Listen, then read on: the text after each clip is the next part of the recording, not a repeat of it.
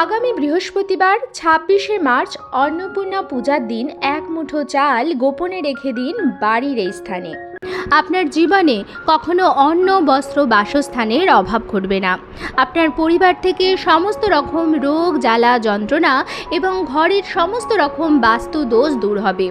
নতুন বছরে নতুন অর্থ ও সৌভাগ্যে ভরে উঠবেন। পরিবারের প্রত্যেকের মঙ্গল হবে। নমস্কার বন্ধুরা, আমি সুচরিতা সবাইকে স্বাগত জানাচ্ছি কিপ গ্রুমিং চ্যানেলে। বন্ধুরা, আশা করছি ঈশ্বরের আশীর্বাদে প্রত্যেকেই ভালো আছেন এবং সুস্থ আছেন। আজকের পর্বে আমরা আলোচনা করব মা অন্নপূর্ণা পূজার দিনের বিশেষ একটি উপায়ের সম্বন্ধে। মা দুর্গার আর এক রূপ হলেন মা অন্নপূর্ণা। মা অন্নপূর্ণা অন্নদা নামেও পরিচিত। মা অন্নপূর্ণাকে বলা হয় অন্নদাত্রী। তিনি শক্তির অপর রূপ। মা অন্নপূর্ণার এক হাতে থাকে অন্ন পাত্র এবং অন্য হাতে থাকে হাতা। বাসন্তী পুজোর অষ্টমী তিথিতে মা অন্নপূর্ণার পুজো করা হয়। অন্ন শব্দের অর্থ হলো ধান, আর পূর্ণা কথার অর্থ হলো পূর্ণ। নানান পুরাণ ও গ্রন্থে দেবী অন্নপূর্ণার উল্লেখ আছে। নানা কাহিনী প্রচলিত আছে মা অন্নপূর্ণাকে নিয়ে। তার মধ্যে অন্যতম হলো কাশী উপাখ্যান। পুরাণ মতে বিবাহের পর শিব ও পার্বতী সুখী দাম্পত্য জীবন কাটাচ্ছিলেন, কিন্তু আর্থিক অনটনের জেরে শুরু হয় দাম্পত্য কলহ। ভোলানাথের সঙ্গে মায়ের মতবিরোধ হয়। মা পার্বতী কৈলাস ত্যাগ করে চলে আসেন। সেই সময় দেখা যায় মহামারী ও খাদ্য কষ্ট। ভক্তরা আকুল হয়ে পড়ে। তারা দেবাদিদেবকে ডাকতে থাকে। এই সময় ভিক্ষার ঝুলি কাঁধে তুলে নিয়েছিলেন মহাদেব, কিন্তু দেবীর মায়ায় কোথাও ভিক্ষা জোটে না তার। তখন শোনা যায় কাশীতে এক নারী সকলকে অন্ন দান করছেন।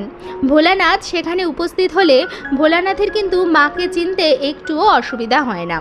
মহাদেব মায়ের কাছে ভিক্ষা প্রার্থনা করেন। সেই ভিক্ষা গ্রহণ করে মহামারী এবং খাদ্যাভাব থেকে ভক্তকুলকে রক্ষা করেন তিনি। এরপর কাশীতে মা অন্নপূর্ণার মন্দির স্থাপনা করা হয়। চৈত্র মাসের শুক্লা পঞ্চমী তিথিতে সেখানে মায়ের আবির্ভাব হয়েছিল। তাই থেকে সেখানে মায়ের পুজোর প্রচলন হয়, যা আজ অন্নপূর্ণা পূজা নামে বিখ্যাত। বন্ধুরা, আজকের এই ভিডিওটিতে আমি আপনাদের সঙ্গে শেয়ার করব অন্নপূর্ণা পূজার দিনের একটি বিশেষ উপায়। সেটি যদি আপনারা করতে পারেন সঠিকভাবে, তাহলে সারা জীবন রাজার হালে থাকবেন।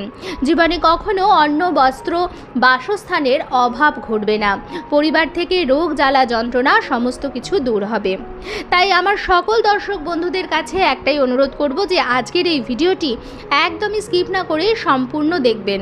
দেখার পর যদি ভালো লাগে তাহলে অবশ্যই কিন্তু একটি লাইক করবেন, কমেন্টসে লিখবেন জয় মা অন্নপূর্ণার জয়, জয় বাবা মহাদেবের জয়।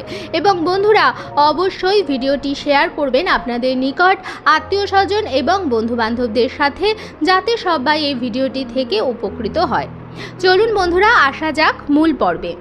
আমরা প্রত্যেকেই জানি বাসন্তী দুর্গা পুজোর অষ্টমী তিথিতে মা অন্নপূর্ণার পুজো হয়। তাই বন্ধুরা, এই বিশেষ দিনটি কিন্তু অষ্টমীর মতন করেই পালন করবেন। আমরা শারদীয়া দুর্গা পূজার অষ্টমী তিথিতে যে সমস্ত নিয়ম বিধিগুলো পালন করি, আপনারা চেষ্টা করবেন মা অন্নপূর্ণা পূজার দিনও সেই একই রকম নিয়ম বিধি পালন করতে। মা অন্নপূর্ণা অন্নদাত্রী দেবী। তাই বন্ধুরা, এই বিশেষ দিনে এই উপায়টি করার সাথে সাথে কিছু নিয়ম বিধি আপনাকে অবশ্যই পালন করতে হবে। প্রথমেই বলবো, যদি আপনার বাড়িতে মা অন্নপূর্ণার কোনো আলেখ্য থাকে, দেবাদিদেব মহাদেবের সাথে তিনি মহাদেবকে অন্ন দান করছেন, এরকম কোনো একটি যদি আলেখ্য থাকে, তাহলে সেখানে দেবী মাতার পুজো অবশ্যই করে নেবেন। যদি না থাকে, তাহলে আপনার ঠাকুরের সিংহাসনে মাতৃশক্তির যে রূপেরই আলেখ্য বা বিগ্রহ আছে, সেখানেই মা অন্নপূর্ণাকে স্মরণ করে সেদিন পুজো দিয়ে দেবেন। যদি তাও না থাকে, তাহলে দেখবেন আশেপাশে অনেক সময় বাসন্তী দুর্গাপুজোর অন্নকূট উৎসব হয়। এই অষ্টমী তিথিতে বাসন্তী দুর্গাপুজোর ওখানেও আপনি সেখানে গিয়েও মা অন্নপূর্ণার কাছে অঞ্জলি দিতে পারেন, বা মা দুর্গার বিশেষ পূজা আপনারা এই অন্নপূর্ণা পূজার দিন দিয়ে আসতে পারেন। এই তো গেল পূজার কথা। এবার বলবো সেই বিশেষ উপায়টির কথা।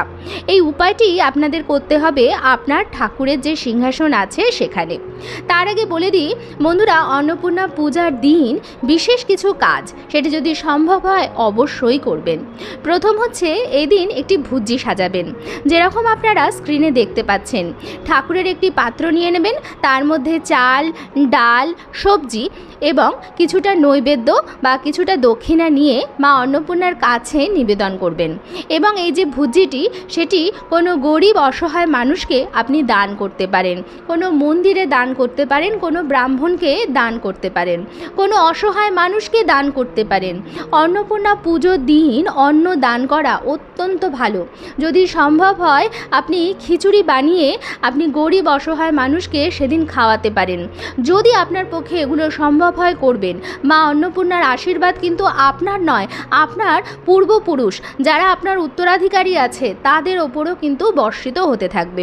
বন্ধুরা, মানুষ যতই অর্থ উপার্জন করে নিক, কিন্তু দরকারে কিন্তু অন্নই কাজে লাগে। মানুষ টাকা পয়সা উপার্জন করে কেন?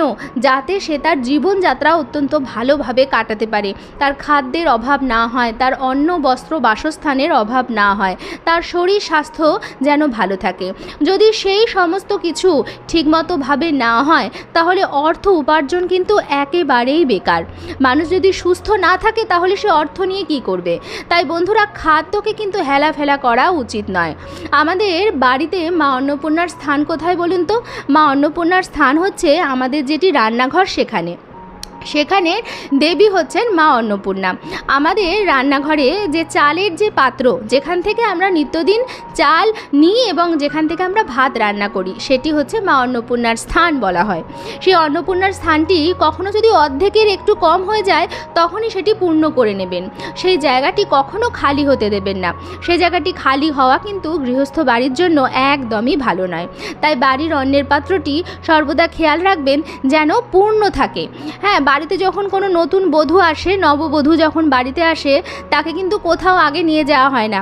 প্রথমে কোথাও নিয়ে যাওয়া হয় রান্নাঘরে, এবং রান্নাঘরে নিয়ে গিয়ে তাকে ভরা ভরন্ত সংসার যে তুমি একটি ভালো ঘরে এসেছো সেটি বোঝানোর জন্য তাকে দেখানো হয় অন্নের পাত্র, চালের জায়গা, ডালের জায়গা, সবজির জায়গা, দুধ উতলে পড়ছে ইত্যাদি দেখানো হয়। কেন দেখানো হয়? তাকে বোঝানো হয় যে তুমি একটি ভরা ভরন্ত সংসারে এসছো। তাহলে আপনার পরিবার কতটা ভালো, কতটা ভরা ভরন্ত, সেটা বোঝার উপায় হচ্ছে আপনার রান্নাঘর কতটা সুন্দর। তাই বাড়ির রান্নাঘরটি সর্বদা পরিষ্কার পরিচ্ছন্ন রাখবেন। কখনো রান্নাঘরের বেসিনে এঁঠো বাসনপত্র জমা করে রাখবেন না। এঁঠো বাসন পড়ার সাথে সাথে সেটি মেজে রান্নাঘর পরিষ্কার পরিচ্ছন্ন করে রাখবেন। রান্নাঘর যেন সদা সর্বদা ঝকঝকে তকতকে হয়। এবং চাল বাড়ন্ত হওয়ার আগেই চাল নিয়ে আসা করাবেন। এটি কিন্তু সুগৃহিণীর লক্ষণ যে চাল বাড়ন্ত হওয়ার আগেই যে গৃহিণী বাড়িতে চাল নিয়ে আসে। চাল যদি ফুরিয়ে যায় সেটি বলা এতটাই খারাপ, আমরা সেটি উল্টো করে বলি, আমরা বলি চাল বাড়ন্ত হয়ে গেছে। তাই বন্ধুরা, চাল কখনোই বাড়ন্ত হতে দেবেন না। চাল বাড়ন্ত হওয়ার আগেই আপনি নিয়ে আসবেন। এবার আমি আপনাদের বলে দেব সেই বিশেষ উপায়টি। এটি আপনারা করবেন আপনাদের ঠাকুর ঘরে। তার আগে কিন্তু ঠাকুর ঘরটি অত্যন্ত ভালোভাবে পরিষ্কার পরিচ্ছন্ন করে নেবেন। এবং আমি যেটি আগেই বলেছি যে এই দিনটি অষ্টমী তিথি, শারদীয় দুর্গাপূজার অষ্টমী আমরা যেভাবে কাটাই সেইভাবে কাটানোর চেষ্টা করবেন। বিশেষ করে বাড়ির যারা গৃহিণীরা আছেন তারা বিশেষ করে এই কাজটি অবশ্যই করবেন। সেদিন সকাল সকাল ঘুম থেকে উঠে স্নান সেরে শুদ্ধ বস্ত্র পরিধান করবেন, বস্ত্রে মস্তকে গঙ্গার জল ছিটিয়ে নেবেন এবং তারপরে ঠাকুর ঘরে আসবেন। যদি মা অন্নপূর্ণার আলেখ্য থাকে সেখানে তো আপনি পূজা দেবেনই। মা অন্নপূর্ণার সামনে প্রদীপ ধূপকাঠি ধরিয়ে ফুল মালা নিবেদন করবেন এবং নৈবেদ্য সাজিয়ে দিয়ে মা অন্নপূর্ণার পূজা করে নেবেন। মা অন্নপূর্ণার সামনে সেদিন একটি পাত্রের মধ্যে চাল নিবেদন করবেন, অক্ষত আতপ চাল নিবেদন করবেন। তার মধ্যে দেবেন একটি 16 আনা বা 1 টাকার কয়েন, বা যদি কড়ি দিতে পারেন তাহলেও হবে। কড়ি বা 1 টাকার কয়েন দুটোর মধ্যে যে কোনো একটি দেবেন এবং দেবেন একটি হলুদের গাঁঠ। এই 3টি জিনিস মা অন্নপূর্ণার কাছে আপনি নিবেদন করবেন। 1 মুঠো অক্ষত আতপ চাল, একটি 16 আনা বা একটি কড়ি এবং একটি হলুদের গাঁঠ। এই 3টে জিনিস মা অন্নপূর্ণার কাছে আপনি নিবেদন করবেন। তার উপর একটি ফুল নিবেদন করে দেবেন। মা অন্নপূর্ণার পুজো হয়ে যাওয়ার পরে অষ্টমী থাকতে থাকতেই যখন আপনি মায়ের সামনে যা নৈবেদ্য সাজিয়ে দিয়েছেন সেই সমস্ত কিছু যখন আপনি সরিয়ে নেবেন তখন আপনি মা অন্নপূর্ণা চরণের কাছ থেকে সেই চালটি নিয়ে নেবেন। সেই চালটি একটি লাল শালু কাপড় নেবেন। অবশ্যই সেই শালু কাপড়টি নতুন হতে হবে। সেই লাল শালু কাপড়ের মধ্যে সেই চালগুলি ভালোভাবে নিয়ে একটি পুটলি মতো করে নেবেন এবং পুটলি করবার আগে সেই চালটির মধ্যে থেকে 21টি চাল আপনি সরিয়ে নেবেন এবং 21টি চাল নিয়ে আপনার রান্নাঘরে যে চালের পাত্র আছে তার মধ্যে সেই 21টি চাল আপনি মিশিয়ে দেবেন, আপনার যে রান্নাঘরের চালের পাত্র তার মধ্যে মিশিয়ে দেবেন এবং বাকি যে চাল আছে তার সঙ্গে একটি 16 আনা এবং হলুদের যে গাঁটটি আছে সেটি লাল শালু কাপড়ে বেঁধে একটি পুটলি মতো করে আপনার বাড়ির দেওয়ালের উত্তর পূর্ব কোণ, আপনি ওটা উত্তর পূর্ব কোণে অথবা উত্তর দিক অথবা পূর্ব দিক যেরকম আপনার সুবিধা হবে সেই হিসাবে সেটি সেখানে রেখে দেবেন। এটি বাড়ির যে কোনো ঘরের দেওয়ালে রাখা যেতে পারে, তবে আমি বলবো যদি আপনার ঠাকুর ঘর থাকে তাহলে ঠাকুর ঘরের পূর্ব দিক বা উত্তর পূর্ব দিকের দেওয়ালে সেটি রেখে দিন, বা ঠাকুরের যে সিংহাসন তো অবশ্যই আছে তার উত্তর পূর্ব দিকে আপনি সেটি বেঁধে রেখে দিন। এর ফলে আপনার বাড়িতে সর্বদাই পজিটিভিটি বজায় থাকবে, ঘরে কোনো রকম বাস্তু দোষ কখনো হবে না, আপনার অন্ন বস্ত্র বাসস্থানের কখনো অভাব হবে না, পরিবার থেকে রোগ জ্বালা যন্ত্রণা দূর হবে, মা অন্নপূর্ণার আশীর্বাদে আপনার পরিবার সর্বদা ভরাভরন্ত থাকবে।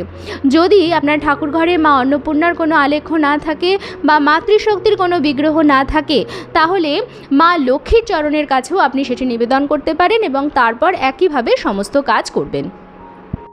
আশা করছি বন্ধুরা আমি পরিষ্কারভাবে বোঝাতে পেরেছি। তবুও যদি এই বিষয়ে আপনাদের কোনো রকম প্রশ্ন থাকে তাহলে নিচে কমেন্টস বক্সে করতে পারেন, আমি যথাসাধ্য উত্তর দেওয়ার চেষ্টা করব।